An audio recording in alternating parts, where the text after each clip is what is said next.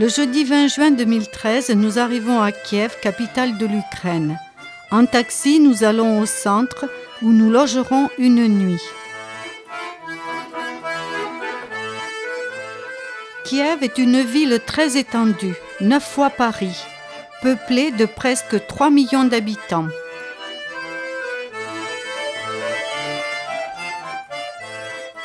Tout au long de notre séjour, nous serons pris en charge et merveilleusement guidés par notre belle-fille Ludmila.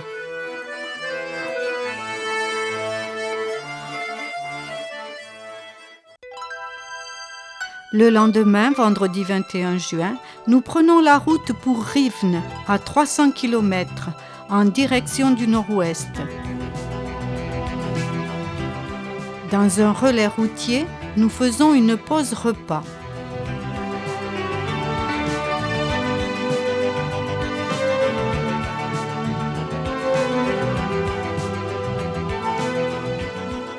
Nous logerons 4 nuits à l'hôtel Switzerland, situé dans un joli cadre champêtre à 10 km de la ville de Rivne.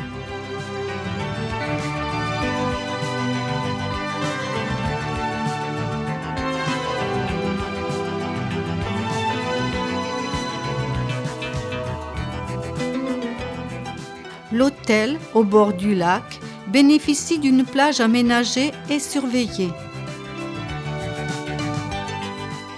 Avant le repas du soir, nous partons en promenade pour découvrir les bords du lac.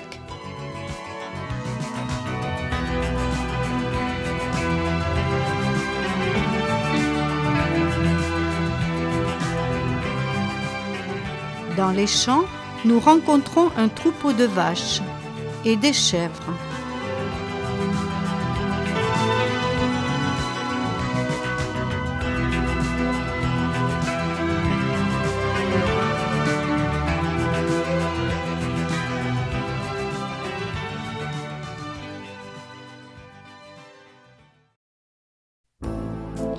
Le samedi 22 juin, nous partons en taxi à 50 km visiter le château de Dubno des 15e, 18e siècles.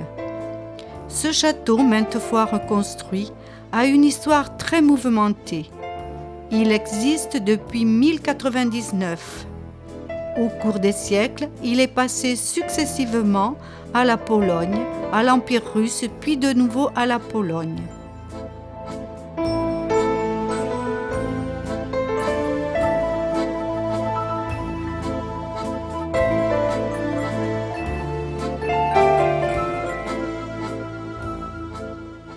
Dans les salles du château, un musée présente des objets retrouvés dans la région, allant de la préhistoire à nos jours, et l'habitat traditionnel du début du XXe siècle.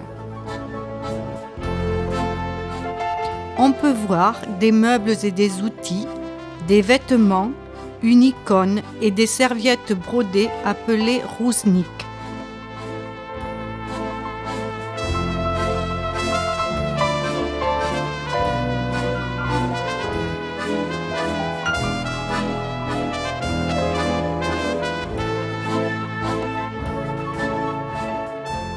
Dès le XVIIe siècle, une importante communauté juive vivait à Dubno.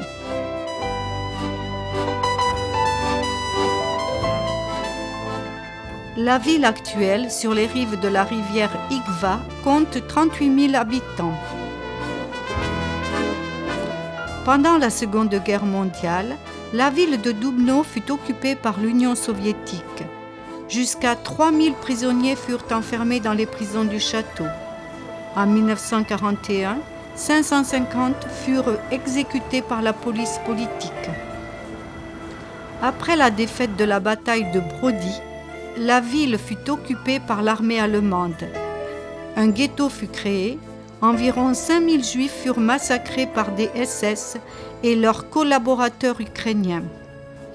Dubno fut reprise en 1944 par le premier front ukrainien de l'armée rouge.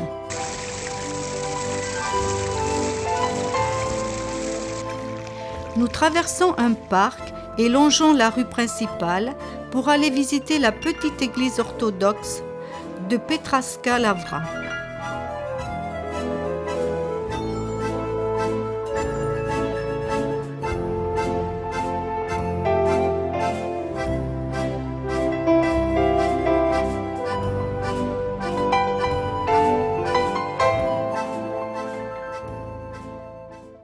Dans les églises orthodoxes, les fidèles vénèrent des icônes, peintures représentant la Vierge ou des saints.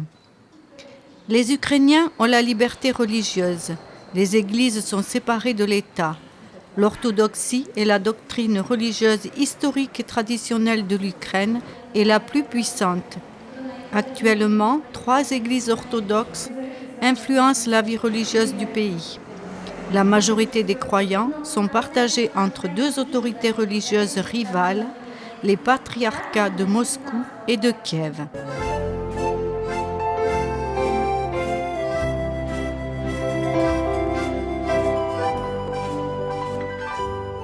À quelques centaines de mètres, nous arrivons juste avant la fermeture pour visiter l'église de Saint-Nicolas.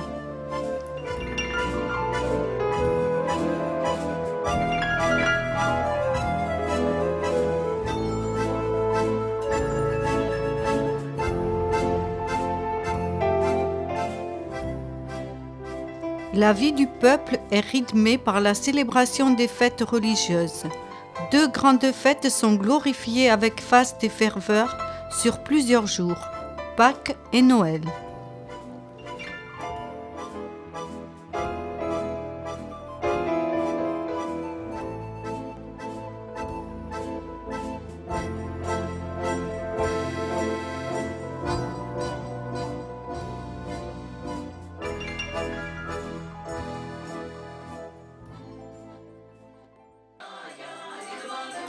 Le dimanche 23 juin, c'est le mariage de Fabrice et Ludmila.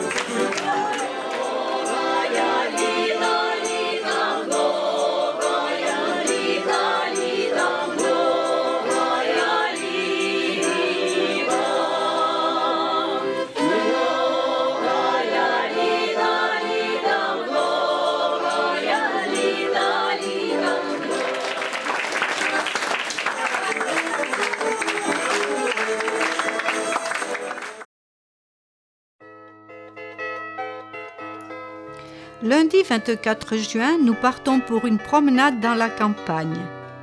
Après le lac, dans un ruisseau traversé par de petits ponts, barbotent des canards.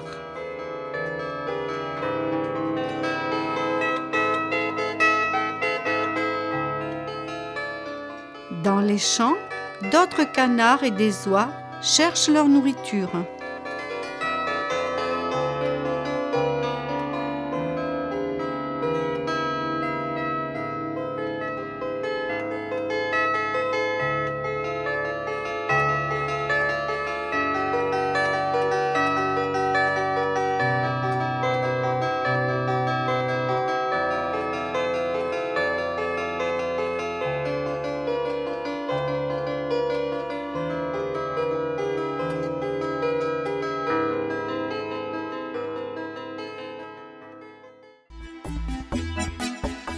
Le mardi 25 juin, après un copieux petit déjeuner, un taxi nous amène à Rivne, prendre le bus pour Kiev, où nous séjournerons 4 jours.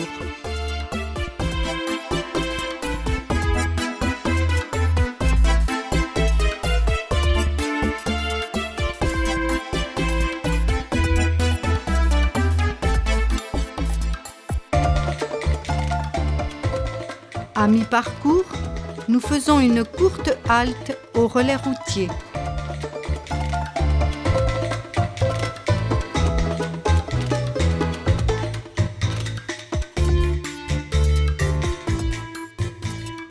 Le long de la route, de petits vendeurs proposent des produits locaux, miel, confiture et autres produits non identifiés.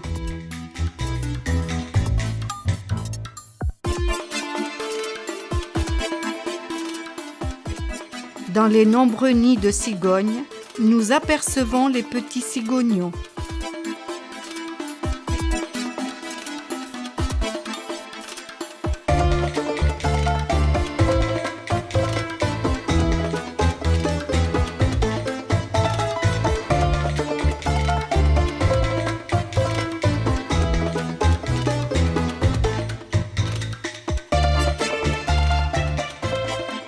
Nous arrivons à Kiev vers 16h où un taxi nous conduira à notre appartement.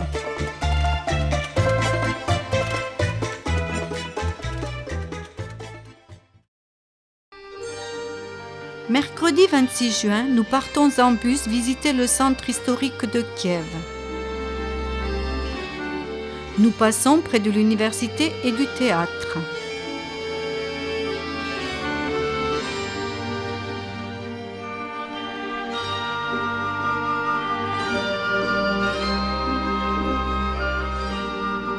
Nous faisons une visite rapide de l'église de l'Assomption de la Vierge Marie, Pirogosha.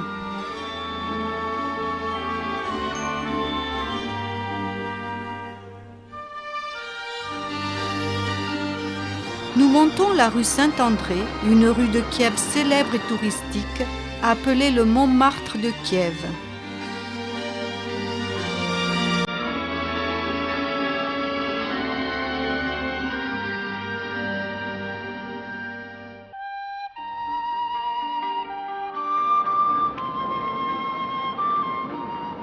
De nombreux vendeurs de souvenirs ont mis leurs étalages sur les trottoirs.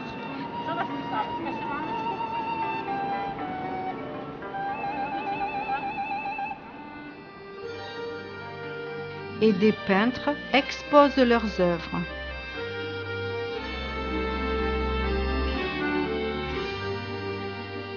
Dans la rue, parmi d'autres monuments, se trouve le château de Richard Cœur de Lion et l'église baroque Saint-André perchée sur un promontoire. Ses coupoles d'un vert profond sont surmontées de croix dorées. L'église Saint-André a été bâtie en 1749 sur les plans du célèbre architecte italien Bartolomeo Rastrelli, à la demande d'Élisabeth, fille de Pierre le Grand. À l'intérieur, l'iconostase est mise en valeur par des ornements sculptés et dorés et des peintures. Selon la légende, l'apôtre Saint-André est venu sur le site de Kiev, alors inhabité, et a planté une croix sur la colline en prophétisant qu'une grande cité chrétienne serait un jour édifiée à cet endroit. La terrasse à balustrade de l'église offre une vue superbe sur le Podil, ville basse, et le Dniepr.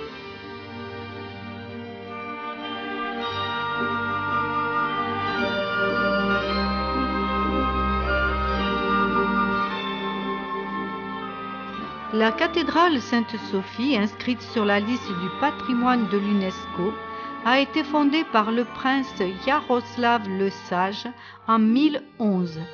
C'est l'un des monuments les plus anciens de Kiev, des 11e-18e siècles. Cette cathédrale des princes abritait la première bibliothèque et on y traduisait des livres étrangers. De nos jours, l'église ne sert que rarement de lieu de culte. Seul le patriarche de Moscou, supérieur hiérarchique du métropolite de Kiev, y célèbre encore des messes. Elle a été conçue pour rivaliser avec l'église Sainte-Sophie de Constantinople.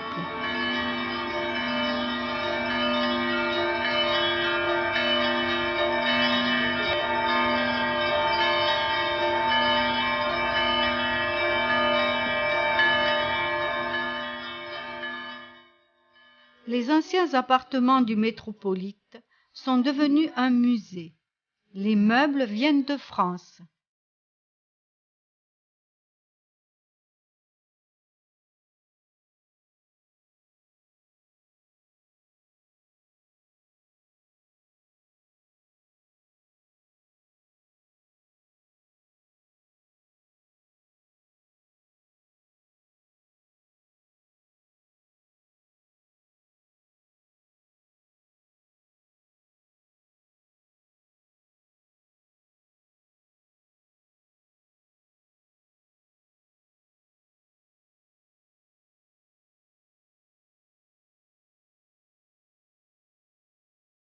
Les dimensions de la cathédrale sont impressionnantes.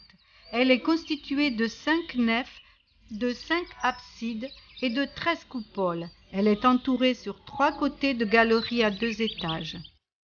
Elle conserve 260 mètres carrés de mosaïque unique et 3000 mètres carrés de fresques du XIe siècle. La plus célèbre des mosaïques, haute de 6 mètres, représente la Vierge levant les mains en prière, la Vierge orante.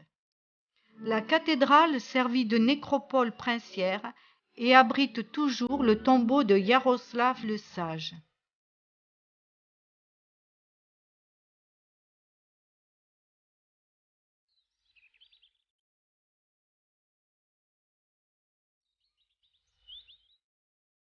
Depuis la cathédrale Sainte-Sophie, on peut voir le monastère Saint-Michel, avec la cathédrale Saint-Michel au dôme d'or, aux murs peints en bleu et blanc, coiffés de bulbes étincelants.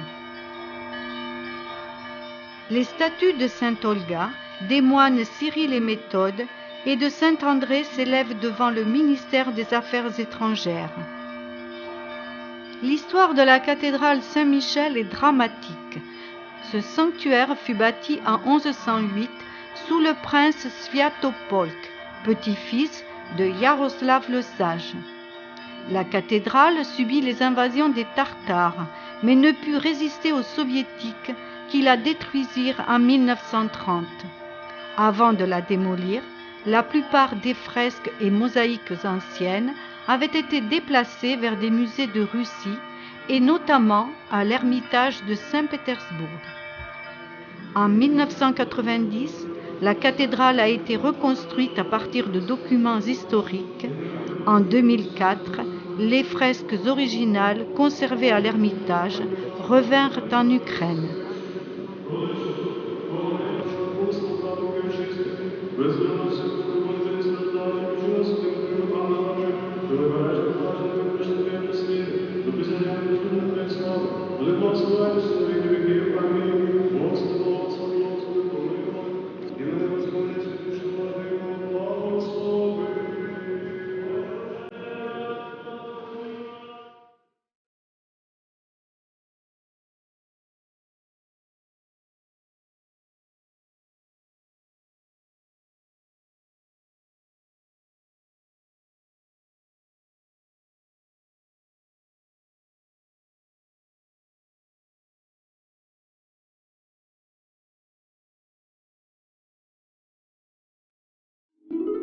Le jeudi 27 juin, nous sommes à Pirogovo, musée de l'architecture traditionnelle et de la vie des régions d'Ukraine.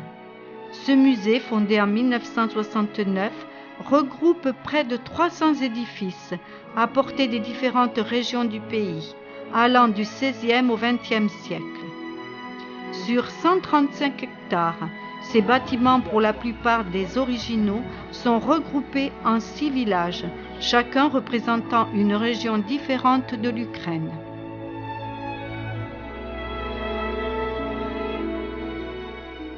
Les maisons étaient construites avec des poteaux entre lesquels on remplissait de paille, d'argile et de crottin de cheval, le tout peint à la chaux. La toiture, recouverte de paille de seigle, durait 25 ans. Ce type de construction permet une bonne régulation thermique. Certaines maisons possédaient des dépendances pour les animaux, pour le matériel et pour le stockage du grain.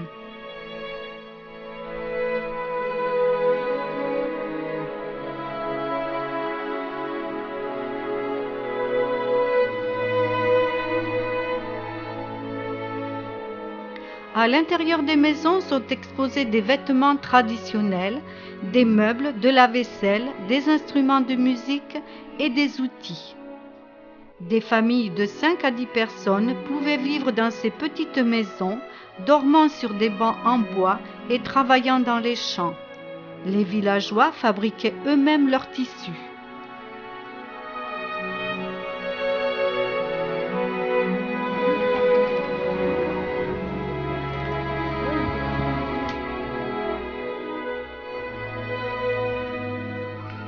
Ce monsieur réalise une clôture traditionnelle faite de branchages.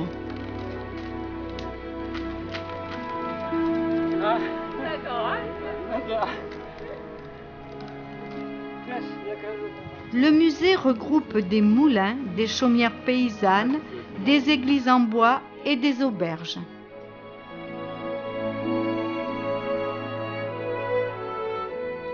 Le sol des maisons était couvert de foin ou de paille pour l'isolation, mais aussi pour la bonne odeur.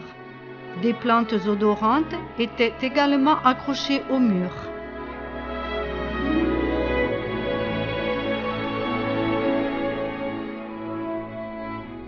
Dans l'ancienne école, les bancs en bois sont alignés devant le tableau noir. On y apprenait le russe et non l'ukrainien.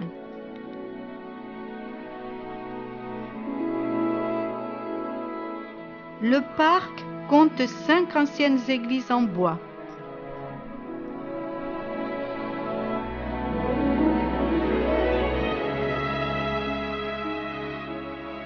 Dans les petits jardins et potagers, près de chaque maison, les employés du musée cultivent des fruits, des légumes et de belles fleurs.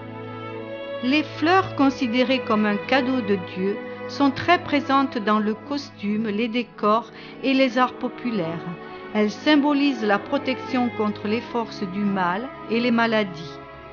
Le coq est un présage de lumière et de bonne journée, protecteur contre les forces obscures. Les traditions en Ukraine sont étroitement liées à la vie quotidienne, au calendrier et à la vie religieuse. Des chansons consacrées à la récolte, aux saisons, accompagnaient les travaux saisonniers.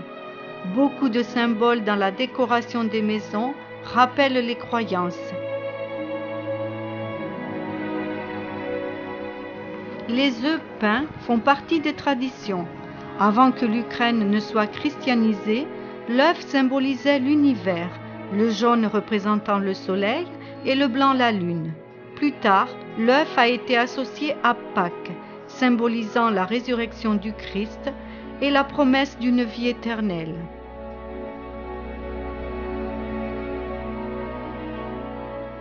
De nombreux employés gardent et entretiennent le parc.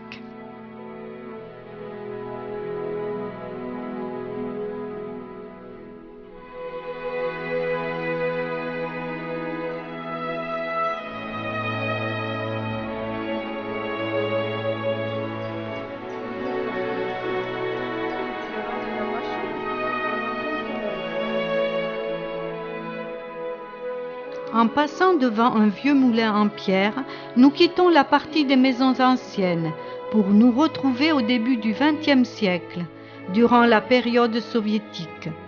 Dans cette partie du parc, les maisons montrent un mobilier et un agencement plus modernes, mais les traditions sont toujours présentes.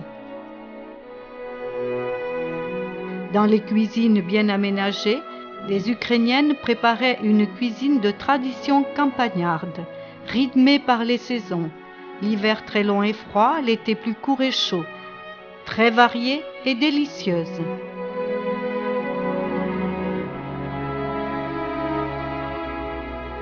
Dans les maisons, de grands tapis décoratifs recouvrent le sol pour assurer une meilleure isolation du froid.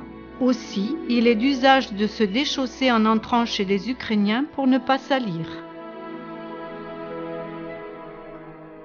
La broderie ukrainienne se retrouve partout dans les maisons. Elle était aussi très importante pour les costumes traditionnels, qui se composaient pour les femmes d'une blouse brodée à la main, portée avec une jupe de couleur et des bijoux en perles de rocaille. Dans certaines régions, les gens portaient aussi des gilets en laine brodés. Il existe une centaine de techniques de broderie. Elles varient selon la région. Les fleurs brodées rappellent la beauté de la nature.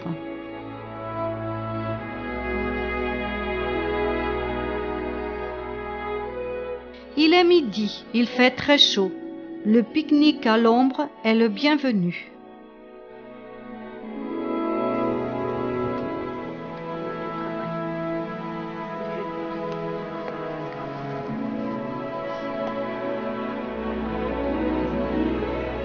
Les rideaux de quelques maisons ressemblent aux longues serviettes brodées appelées rousnik. Ces serviettes tissées et brodées à la main servaient à décorer les icônes, les fenêtres et les portes pour protéger la maison et ses habitants des forces du mal. Les motifs de la broderie ont une signification symbolique. Aujourd'hui, ces serviettes jouent un rôle rituel pour le mariage, la naissance et la mort. Elles enveloppent le nouveau-né et permettent de descendre le cercueil dans la tombe. C'est sur une serviette que les mariés échangent leurs vœux. Chaque maison a son icône, encadrée par 2 serviettes. Dans certaines maisons, l'icône est remplacée par la photo d'un membre de la famille ou d'un paysage. Une icône est une représentation de saint et souvent de la Vierge dans la tradition chrétienne orthodoxe.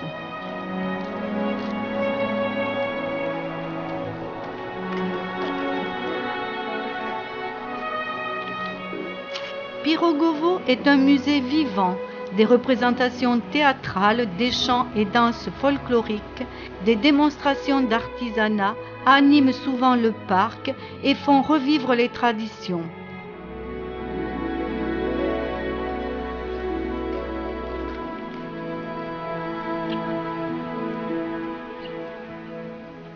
Il fait si chaud qu'un petit rafraîchissement est le bienvenu.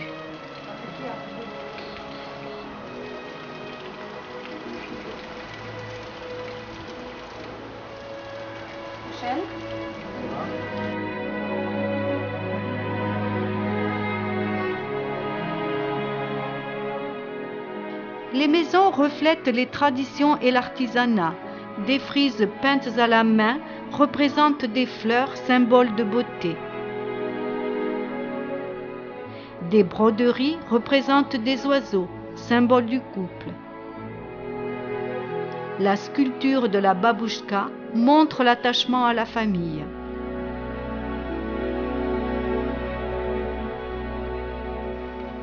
Nous allons rencontrer une joueuse de bandoura, instrument à 45 cordes, l'un des nombreux symboles nationaux.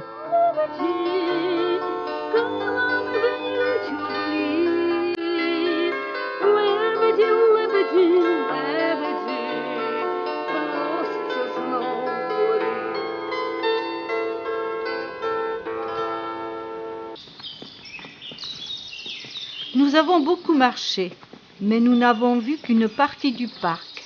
Pour poursuivre la visite, nous prenons le petit train.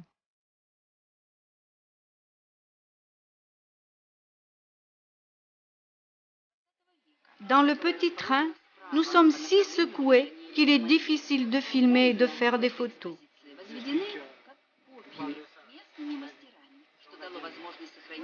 Chaque village possédait un moulin en bois qui pouvait s'orienter en fonction de la direction du vent. Le meunier recevait 10% de la vente de la farine de seigle ou de blé. Nous faisons un arrêt près d'une belle maison bleue avec son poulailler.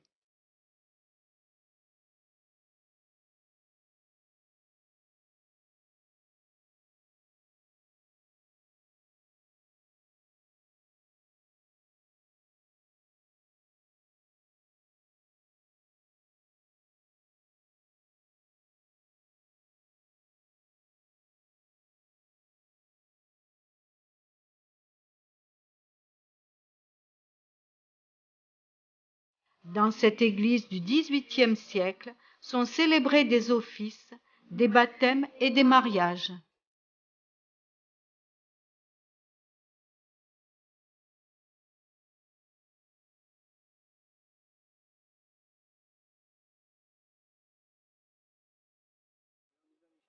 Ouais.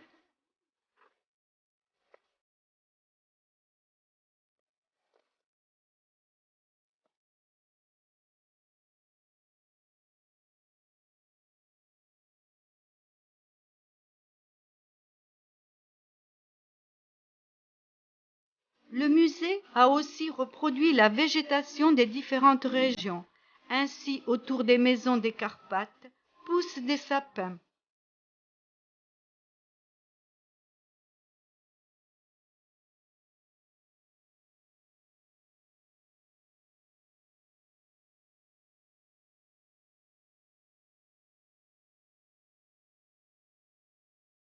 Un arrêt permet de voir une boutique de vêtements traditionnels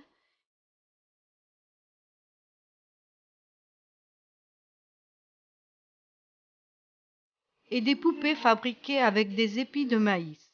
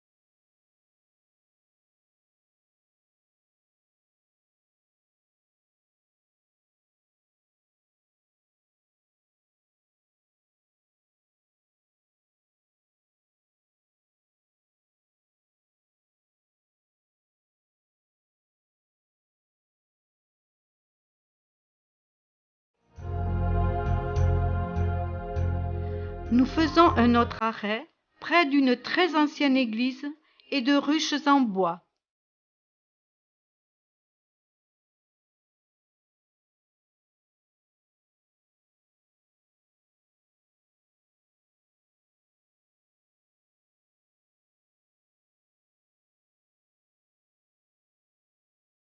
Cette visite en plein air était très intéressante.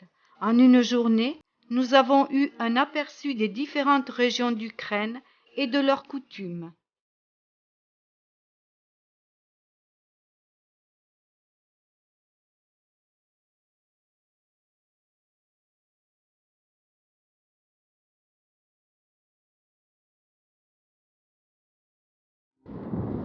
Vendredi 28 juin, nous partons à pied pour visiter la Laure des Grottes.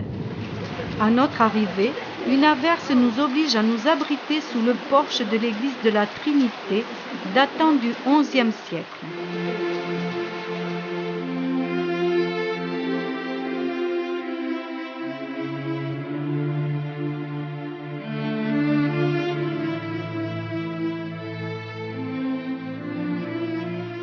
Le grand clocher de la Laure est haut de 96 mètres.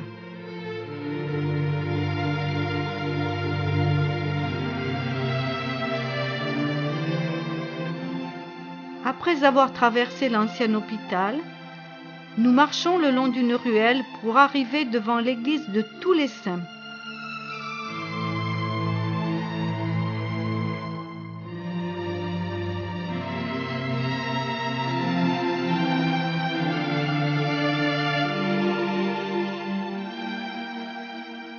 Nous arrivons maintenant à la cathédrale de la Dormition du XIe siècle.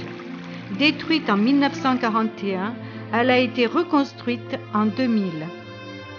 Le monastère de Pecherska Lavra date du XIe siècle.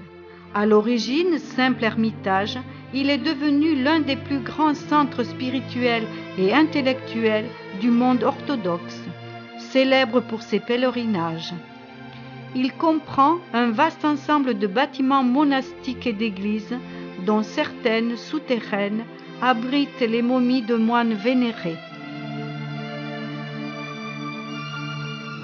L'intérieur est orné de mosaïques et de fresques. Près de 300 personnalités religieuses et civiles y sont inhumées.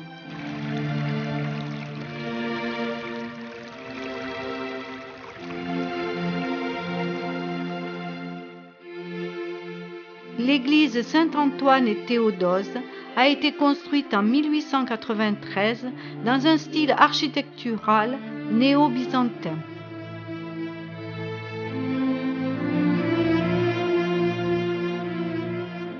Derrière les coupoles de l'église de la Sainte-Croix, recouverte de feuilles d'or, on aperçoit le Dniepr. Ce fleuve long de 2200 km qui traverse l'Ukraine. Et sur l'autre rive, des immeubles gris datant de l'époque soviétique.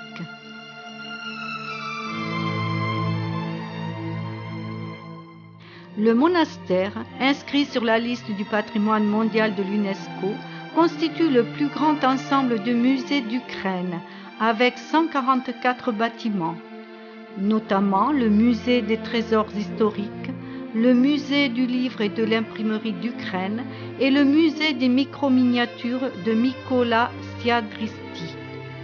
Dans ce haut lieu de la spiritualité, résidence du primat de l'Église orthodoxe d'Ukraine, le métropolite Volodymyr de Kiev, les moines vivent en ermite et consacrent leur existence à la prière.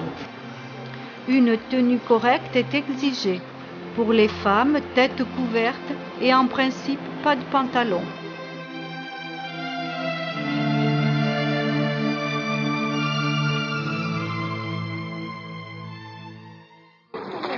Nous retournons à l'appartement en traversant un petit marché bien approvisionné.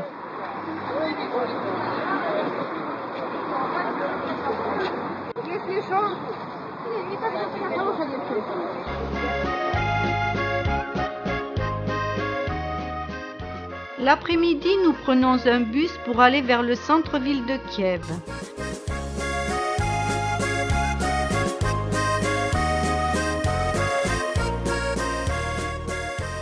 Nous traversons un centre commercial souterrain.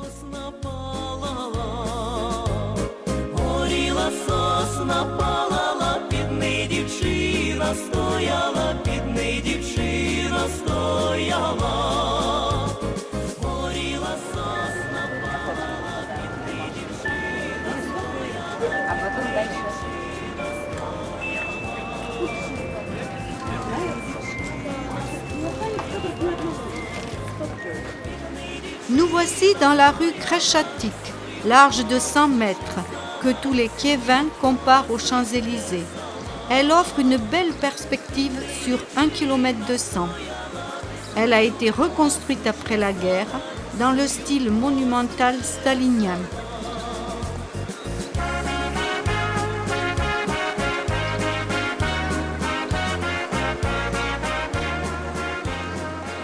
Les dimanches et jours fériés, l'avenue devient piétonne. En famille ou entre amis, les Kieviens déambulent dans cette rue animée et bruyante. De nombreux concerts y sont donnés en plein air avec la participation des grandes formations musicales, orchestres d'État ou ensembles folkloriques régionaux. Des militants distribuent des tracts à l'effigie de Loulia Tymoshenko, l'ancienne première ministre, aujourd'hui emprisonnée. Le jour de la fête nationale, le Kreschatyk voit défiler des parades militaires. L'avenue est à la fois un haut lieu de l'administration ukrainienne, un quartier d'affaires et de commerce, avec des grands magasins.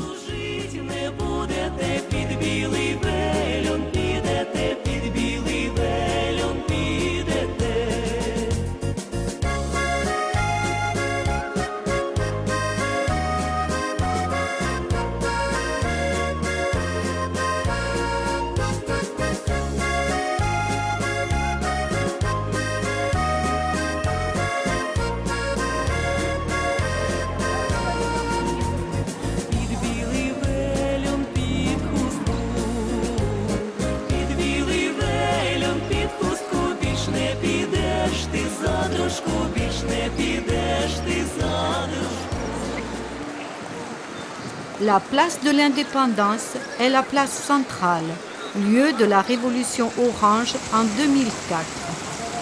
Ornée de belles fontaines, de colonnes et de statues, elle attire les nombreux habitants de Kiev.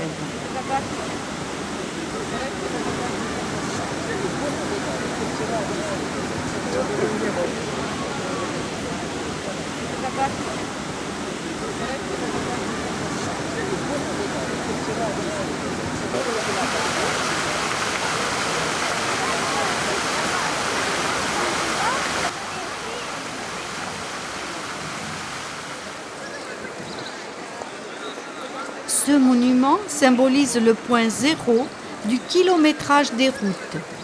Ici, Rivne est à 310 km.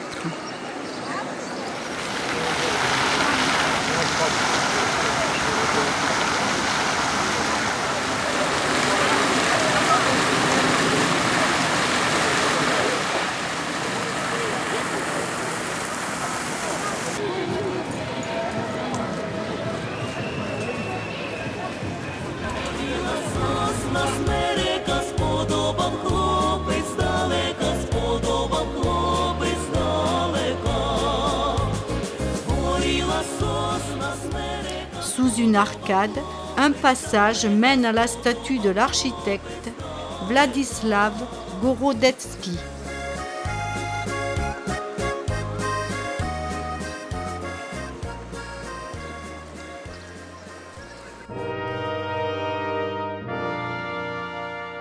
La Porte d'Or, vestige des anciens remparts, a été reconstruite en 1982.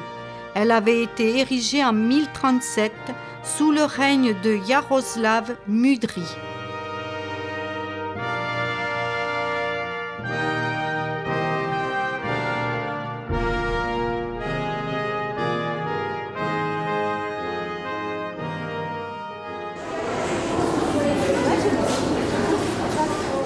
Pour rentrer, nous empruntons le métro.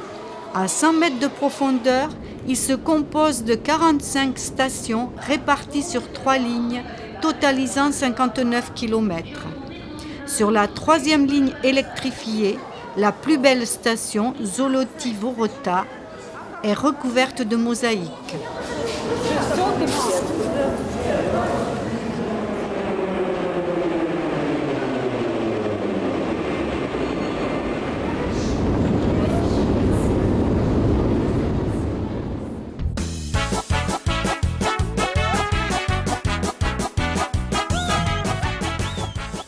C'est ainsi que s'achève notre magnifique séjour en Ukraine. C'est un pays très accueillant et très attachant, avec de bien belles traditions.